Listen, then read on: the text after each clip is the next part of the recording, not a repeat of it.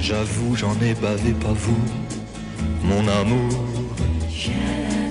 Avant d'avoir eu vent de vous, mon amour. Et étant donné que j'étais vraiment trop jeune pour me dire que j'allais finir toute seule, et que je sais pas, je pense que je suis quelqu'un aussi qui a besoin d'être avec, de sentir le contact d'un homme, ou je sais pas, mais en tout cas le désir peut-être aussi. Je me suis réinscrite sur un site qui s'appelle adopteunmec.com, que sans doute vous connaissez. À l'époque c'était pas si répandu que ça, donc c'était en 2009, début 2009. Et voilà, je me suis dit allez hop, je m'inscris, et je me suis dit cette fois-ci je trouverai quelqu'un de bien. En dansant la javanaise,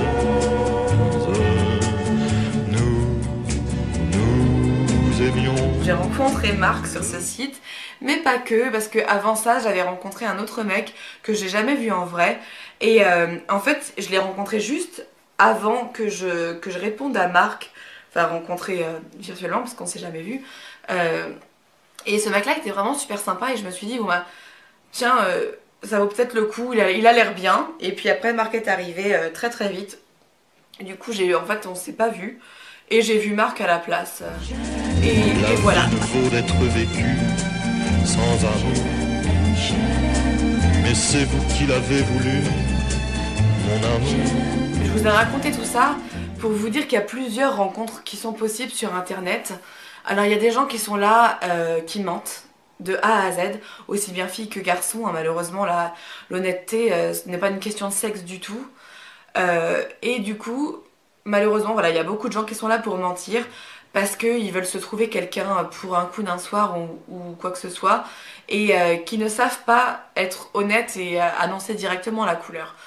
Rien ne vaut l'honnêteté, ça c'est sûr, mais bon, comme on n'est pas du tout maître de l'honnêteté des autres, ben c'est un peu triste. Donc pour moi c'est le gros défaut d'internet, c'est qu'on peut vraiment tout se permettre en matière de mensonges, parce que rien n'est vérifiable pardon, au premier abord. Ne vous déplaise en dansant la javanaise. Voilà, donc ensuite il y a les personnes malhonnêtes, ensuite il y a les personnes que l'on n'aurait jamais rencontrées autrement en fait.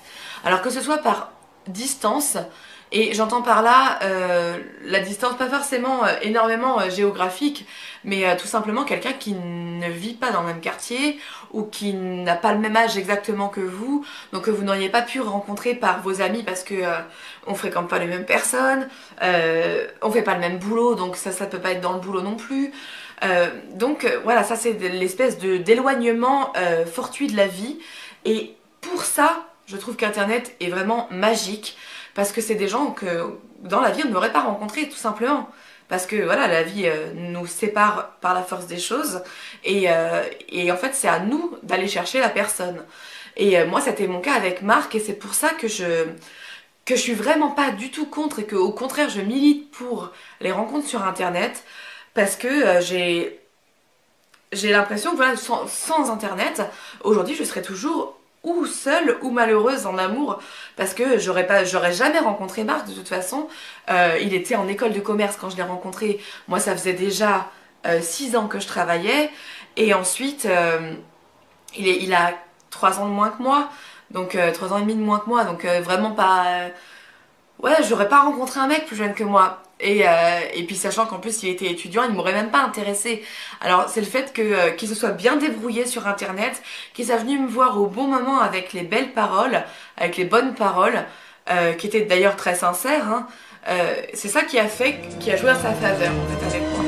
En dansant la javanaise, nous aimions le temps.